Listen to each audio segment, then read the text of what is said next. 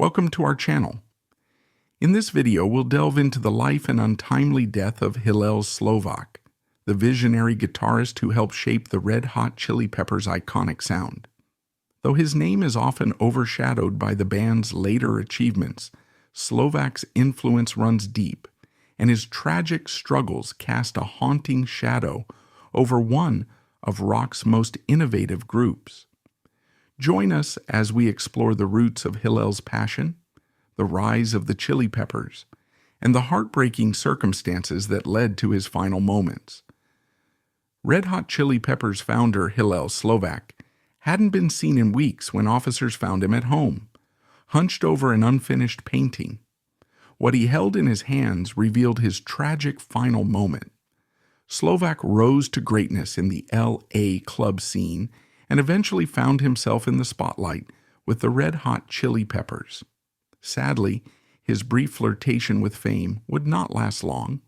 His demons ensured that the story of this groundbreaking guitarist would end in tragedy. To understand the weight of this scene, Slovak's body discovered in a lonely apartment, bent over his last piece of artwork, one must appreciate the intensity of the Los Angeles music world in the late 1970s and early 1980s. It was a place where punk, funk, and alternative rock intersected, giving birth to bands that were unafraid to push boundaries. In many ways, Slovak was at the center of that movement. He combined a passion for painting and visual art with an equally fervent hunger to create new sounds on the guitar. The officers who stumbled upon his body encountered not only a devastating personal tragedy, but also the abrupt final chapter of someone who was shaping a new era of music. One crucial element that has often been overlooked is how quickly the Red Hot Chili Peppers' local reputation had grown. Before being propelled to worldwide fame by iconic albums such as Blood Sugar Sex Magik and Californication, the band, co-founded by Slovak, was a phenomenon in smaller clubs and underground venues. There, Hillel's raw energy on stage was already legendary, hinting at his potential to become one of the most innovative guitarists of his time. At the moment of his discovery, he was hunched over a painting, which symbolized one of his oldest loves, visual art. That final image reflects the duality of Hillel's creativity. He was equally devoted to painting and to music. As the news circulated about Hillel's passing, fans and friends struggled to reconcile the brilliance of his performances with the reality that he had been quietly battling demons for years. His substance issues, largely hidden behind the raucous and energetic persona on stage, came into full focus only in the aftermath of his passing. The magnitude of this loss was immense because people had already seen glimpses of his extraordinary gifts. The sense that he was on the cusp of even greater achievements, that the Red Hot Chili Peppers were about to embark on a new level of recognition, made the tragedy sting all the more. Slovak's personal struggles also highlight a broader problem in the music scene of the era: easy access to harmful substances, lack of proper support systems, and a culture that often blurred the line between partying and self-destructive behavior.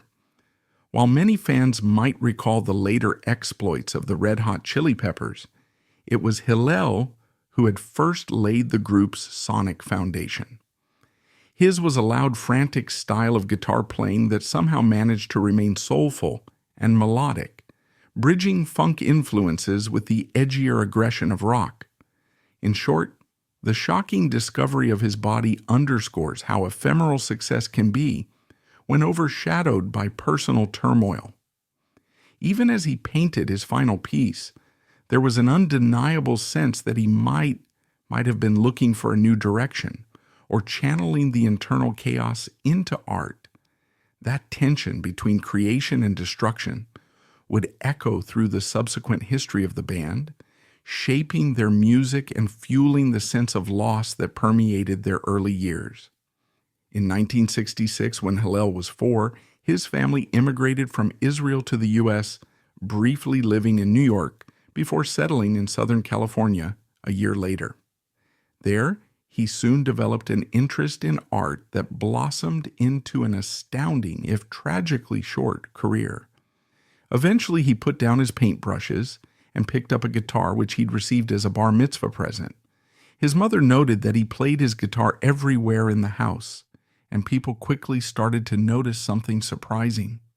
Even though he was just a kid, many said he played guitar like Jimi Hendrix reborn. Hillel's early upbringing in a family of immigrants profoundly shaped his worldview and creative instincts. Growing up in a multicultural environment exposed him to a variety of musical traditions: Middle Eastern melodies, American rock, and the classic sounds of the 1960s and 1970s that he would later merge into his own style. His initial love was painting, and it's worth noting the sense of color, movement, and spontaneity that defines both his artwork and guitar playing. Many who knew him commented that he approached music much like a painter approaches a canvas, layering tones and textures, experimenting with bold strokes of sound, and unafraid to blend different influences into something unexpected. Southern California in the late 1960s and early 1970s was a melting pot of cultural shifts. Psychedelic rock, the remnants of the hippie movement, and the burgeoning punk scene all intersected to form a unique creative climate. It was into this environment that Hillel arrived, absorbing the local surf culture, the rebellious energy of Los Angeles, and the wide array of artistic events that dotted the region. His parents, who had moved there in search of better opportunities, recognized his creative talents. While many families might push their children toward more traditional paths, Hillel's family embraced his painting and musical experimentation, encouraging him to explore his passions wholeheartedly. By his adolescence, he was skilled enough on guitar to surprise older, more seasoned musicians. His technique was a blend of raw intuition and emotional expression. While some guitarists meticulously practiced scales, Hillel was said to play from the heart, guided more by feeling than by rules. The references to Jimi Hendrix were not just about showmanship. They were about the sheer abandon and soulfulness with which he played. Whether he was jamming in a friend's garage or entertaining classmates at informal gatherings, people soon realized that this was a teenager with a preternatural gift. Beyond guitar, the teenage Slovak also began dabbling in the local art scene, visiting galleries, exploring street art, and continuing to paint in his spare time. Those who saw his paintings often remarked on the boldness of his brushstrokes, the vivid color schemes, and the sense that he was trying to translate a musical rhythm onto the canvas. In interviews given years later by those who knew him, it becomes clear that Hillel was not just a guitarist who occasionally painted. He was a genuinely interdisciplinary artist, someone for whom sound and color were simply different dialects of the same language. That drive to create extended into every corner of his life. Friends remember him doodling on notebooks, on the backs of flyers, even on scraps of napkins when inspiration struck. He was also curious about emerging technologies in music, exploring how amplification pedals and other effects could broaden the range of the guitar. This insatiable curiosity set him apart from other young musicians of the time, who were satisfied learning only the hits of popular bands. Hillel's adolescence thus combined a formal sense of discipline, learning chords, practicing techniques, refining his painting skills, with an informal, free-spirited approach to creativity. The seeds planted during this time would eventually grow into the energetic stage, presence, and innovative style that marked the early Red Hot Chili Peppers. It's crucial to note that while many see rock musicians as rebels who found music in defiance of authority, Hillel's experience was a bit different.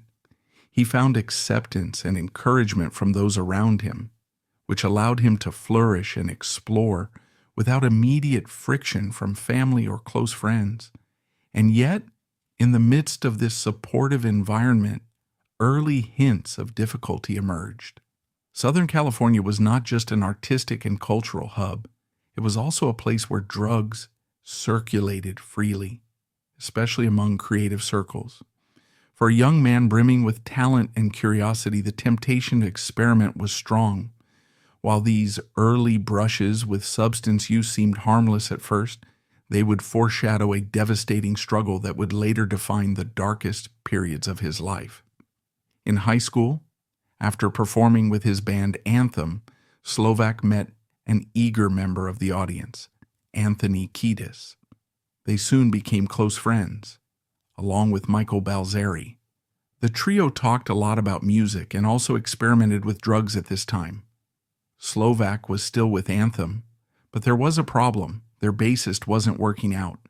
Instead of auditioning for a new one, Slovak asked Flea if he wanted to learn to play bass.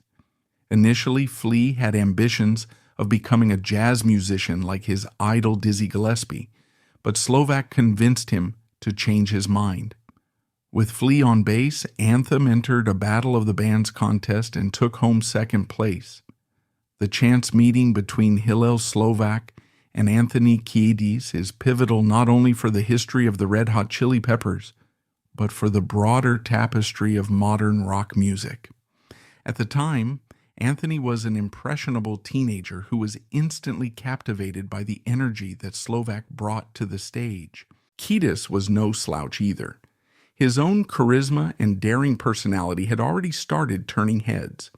It was almost inevitable that two such dynamic individuals would collide and form a fast bond. ANTHEM's early practices were chaotic, thrilling, and formative. Even though the band was technically still in high school, they displayed a level of creativity that hinted at their potential. Rehearsals often took place in cramped garages or small rehearsal studios that smelled of sweat and stale air, with amps turned up loud enough to rattle the walls.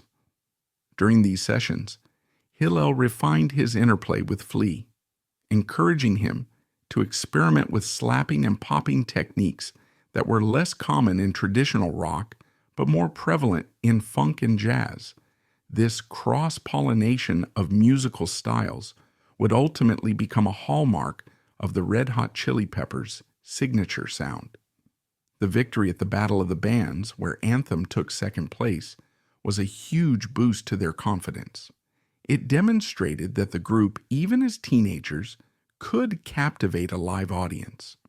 More importantly, it reinforced the notion that Hillel, Flea, and Anthony had stumbled onto something special, a chemistry that translated seamlessly from small practice spaces to the stage. That synergy was built on mutual respect, genuine friendship, and a shared love of pushing musical boundaries. Still, it's worth emphasizing that at this stage, the dream of forming a world-famous band like the Red Hot Chili Peppers was scarcely more than a faint idea. They were primarily concerned with playing gigs, impressing friends, and embracing the creative rush of writing new songs. The notion of extended tours, major record deals, and rock stardom still felt like a distant fantasy. Yet, the seeds had clearly been sown. Hillel's guitar lines, Flea's emerging bass style, and Anthony's growing confidence as a vocalist and performer were forging the identity of what would one day become an international sensation. For Hillel specifically, these days in ANTHEM were crucial. They helped him refine his stage presence and gave him a chance to explore different aspects of his musical identity. He was the de facto leader in many ways, though not always in a formal sense. His guidance and expertise on guitar often set the tone for practice sessions and live performances alike. He also began to experiment more with gear, different types of guitars, amps, and effects pedals, trying to replicate or modify the vibrant tones swirling in his mind. Anthem's early success got them gigs at nightclubs they were too young to legally enter. One of their first performances was at the Grandier Room in LA on December 16, 1982. Though it was an inauspicious start, they played to only 30 people. After graduation, Anthem became known as What Is This? But another change loomed. Flea received an offer from a band called Fear, and he left in hopes of brighter prospects. Despite that, Slovak, Flea, and Kiedis still found time to work on their own project. They brought in the drummer from Anthem and formed a new band with a lengthy name, Tony Flo and the miraculously majestic Masters of Mayhem. Their entire playlist was just one song, Out in L.A., which they played at the Rhythm Lounge. The venue's owner must have liked it because he invited them back for another show, this time asking for 2 songs. Eventually their set list grew, and they decided to ditch their marquee-destroying name. They became the Red Hot Chili Peppers. Looking for a way to stand out from other LA bands, the group decided they had no shame to lose. Playing a lounge called the Kit Kat Club, they bared almost all by wearing nothing but socks to cover their unmentionables. Before long, this became their signature look. The early 1980s saw Slovak and the Red Hot Chili Peppers gaining a following and some underground credibility, playing all over LA and in New York City. They spent so much time together that they decided to move in together, renting a house in a not-so-safe area of Hollywood. While this situation was good for their musical creativity, it was not good for their addictions. During these years, Slovak and Flea had a pact not to get into any heavy drug use while touring, sticking to alcohol instead. Eventually, the Red Hot Chili Peppers recorded a demo, and it didn't take long for EMI to offer them a deal. Flea cut ties with Fear and was ready to give the Chili Peppers his full attention, and probably expected Slovak to do the same. However, Slovak still saw the Red Hot Chili Peppers as a side project. His main focus remained on What Is This? So the band made a difficult decision. The Red Hot Chili Peppers would continue without him. Strangely, this meant that founding member Hillel Slovak does not actually appear on the very first Red Hot Chili Peppers album. One of the aspects that set the Red Hot Chili Peppers apart was their willingness to do anything on stage to keep the crowd entertained. The socks-only performances at the Kit Kat Club became legendary within the local scene, simultaneously shocking audiences and elevating the band's profile. While many up-and-coming acts tried to blend in, Hillel and his bandmates saw provocation as a path to notoriety. From the earliest days, the Chili Peppers had this irreverent sense of humor that complemented their music. Some critics dismissed it as mere gimmick, but fans argued that it was a direct reflection of the band's untamed creativity. By living together in a rough neighborhood of Hollywood, the group inadvertently created a band commune where music and camaraderie flourished. Jam sessions could happen at any hour, whether it was noon or well past midnight. They fed off each other's energy, spontaneously creating riffs and beats that might later become full-fledged songs. Hillel thrived in this kind of environment. He enjoyed the closeness and the constant spark of collaboration, but it also exposed them to a consistent party atmosphere that eroded their ability to maintain healthy boundaries. Alcohol was always present, and as they gained more notoriety, other substances found their way into the house. That said, Hillel and Flea initially tried to be careful while touring. Their pact was a testament to their awareness that harder drug use posed a serious risk, not just to their health but also to their rising careers. Unfortunately, as many have noted, such pacts often fail when the environment is saturated with temptations. For Hillel, the lines between casual substance use and dependency began to blur. Music was still his main passion, but the rock and roll lifestyle was seeping into his daily routine. The heartbreak for fans and band members alike was that Hillel's overshadowed dedication led to his absence from the Chili Peppers' debut album. It's a startling fact for many, given how central he was to the band's formation and identity. Yet this turn of events highlights the conflicts that can arise when multiple creative projects and personal ambitions pull an artist in different directions. For Hillel, loyalty to What Is This was not merely stubbornness. He had nurtured that band for years. He believed it had untapped potential and felt an emotional tie to his original group of friends. However, from the Chili Peppers' perspective, they needed members who were all in, especially with a major label deal on the horizon. Although Hillel's departure was not permanent, it was a defining moment that clarified for the rest of the Chili Peppers how precarious the lineup could be. This early brush with instability underscored the fragility beneath the band's frenetic exterior. The excitement of local fame, combined with the swirl of substances, relationships, and creative ambitions, meant that each member was grappling with personal challenges. For Hillel, the question was whether he could balance all these competing interests without sacrificing the momentum that was clearly building around the Chili Peppers. Meanwhile, the audience's reaction to the socks-only performances and other outrageous stunts was uniformly passionate.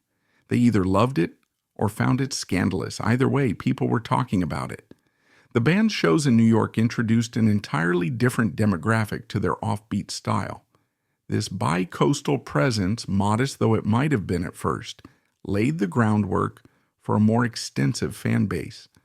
Some clubs in New York were more accustomed to experimental acts, but even they had never quite seen a band merge funk, punk, and comedic striptease in one package. At that point, it seemed the band and Slovak might drift apart forever. But fate stepped in. Slovak grew frustrated with What Is This during the recording of their second album and missed working with Flea. Likely with his tail between his legs, he asked about rejoining the Chili Peppers. Flea and Kiedis were also struggling to work with Jack Sherman, the musician who replaced Slovak, and were eager to make the switch.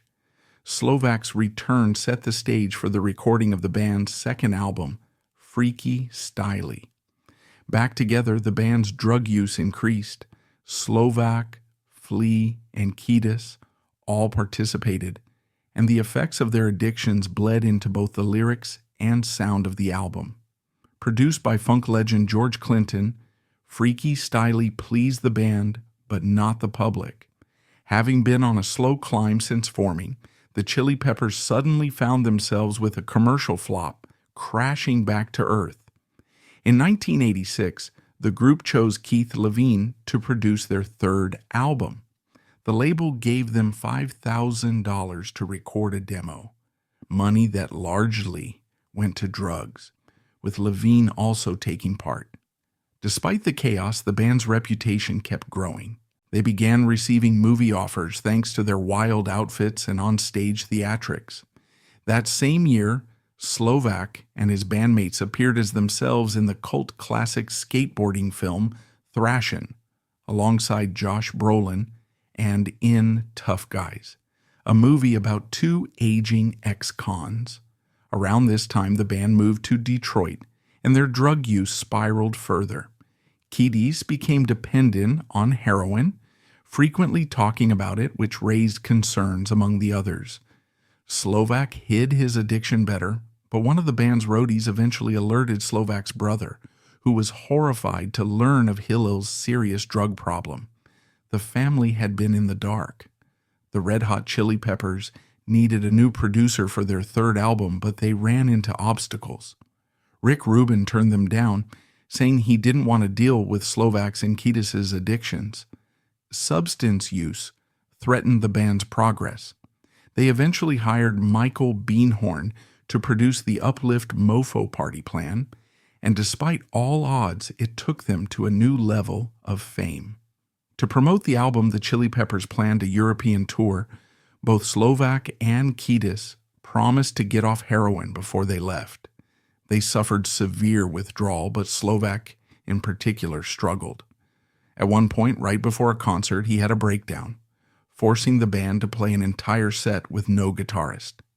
This crisis led the band to decide Slovak had to go, at least temporarily.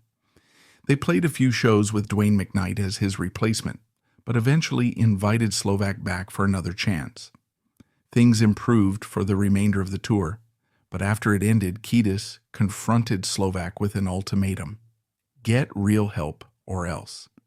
Slovak insisted his problem wasn't that serious. This disagreement marked the beginning of the end for Hillel Slovak. Slovak's final concert was in Finland on June 4th, 1988. The last song he played was a cover of Jimi Hendrix's Fire. Ironically, people had compared him to Hendrix since childhood. Hendrix died at 27 due to drug use, but Slovak would not even reach that age. After the tour, Slovak's behavior took an unsettling turn. He became withdrawn, avoiding his bandmates whenever possible. When he wasn't playing music, he was painting or writing in his journal. But in the weeks after the tour, he apparently stopped doing both. At one point, he called his brother to admit he was struggling to quit drugs. He said he truly wanted to, but he feared it was impossible. That was the last time anyone heard from him. When the band couldn't reach Slovak, they sounded the alarm. Police broke into Slovak's Hollywood apartment and found his body, hunched over a painting he'd been working on. He had been dead for 2 days. A cigarette was still clutched in his hand, and it had burned a hole in the canvas. This was likely one of the last things he did. An autopsy confirmed an accidental overdose killed Hillel Slovak at just 26 years old.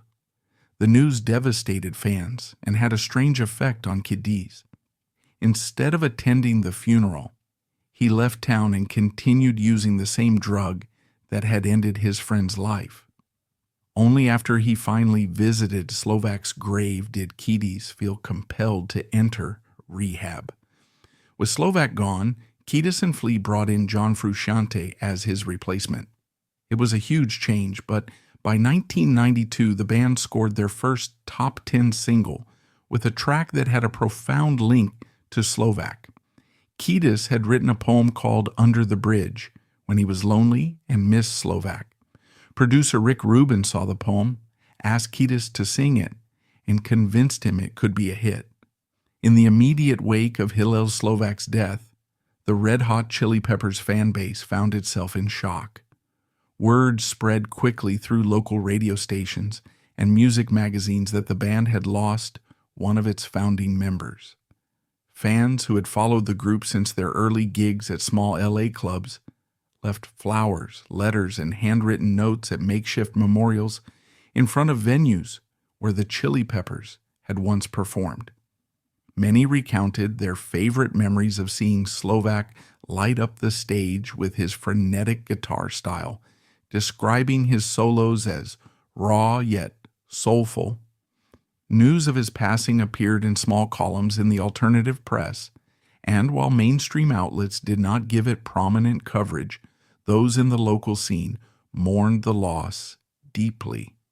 As for Anthony Kiedis, his reaction was both deeply personal and painfully public. Media outlets that covered the tragedy speculated on whether the band could ever return to form after losing such a key figure.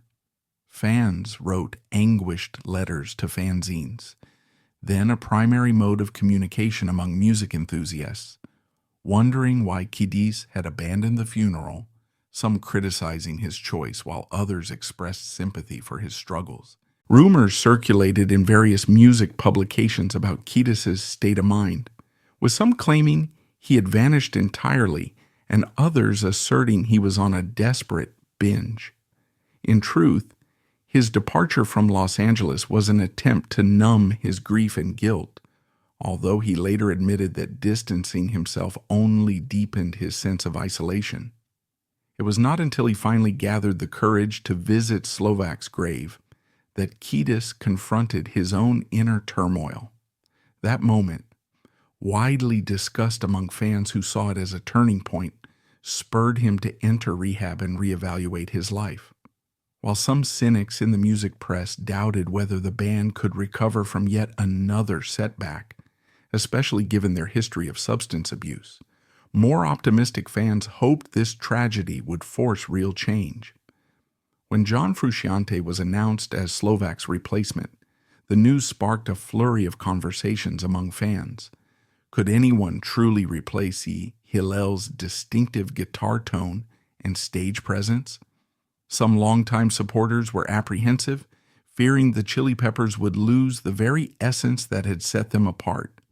Music journalists, too, published pieces speculating on Frusciante's capabilities, noting that he was extraordinarily talented but untested in the crucible of a band with as much raw energy and baggage as the Chili Peppers.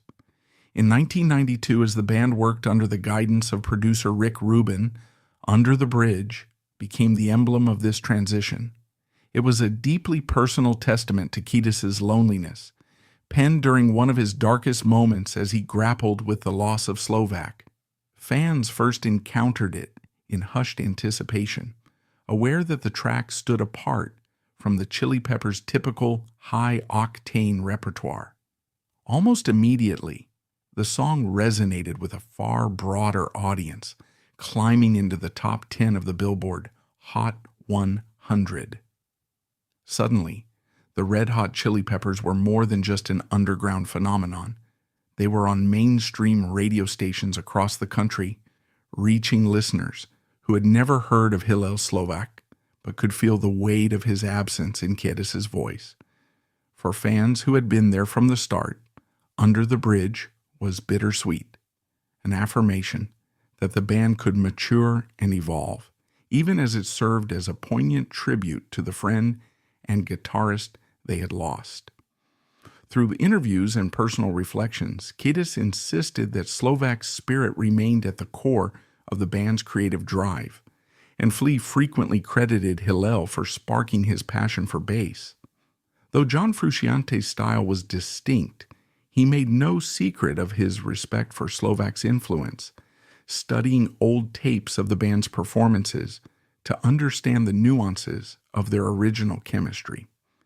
In many ways, Hillel Slovak was the core of the Red Hot Chili Peppers. He introduced Flea to playing bass, and John Frusciante, the musician who replaced Slovak, later admitted he learned how to fit into the band by watching Slovak's performances. Kiedis once remarked that replacing Slovak felt surreal, like shopping for a new mom and dad. In 2012, the Red Hot Chili Peppers were inducted into the Rock and Roll Hall of Fame. During the ceremony, Slovak's brother stood in for him and said, accepting this award on behalf of my brother Hillel Slovak, "I love you, Hillel. You're always my brother. Thank you. Everything we do, he will always be with us forever. He's with us right now." The legacy of Hillel Slovak lives on through the music of the Red Hot Chili Peppers and the countless fans who still celebrate his artistry today. From his early days as a budding guitarist to his pivotal role in forging the band's signature style, Slovak's story is both inspiring and deeply tragic, a reminder of how fleeting brilliance can be when confronted by personal demons. Thank you for watching our video. If you found this exploration meaningful, remember to like, share, and subscribe for more stories of rock and roll history.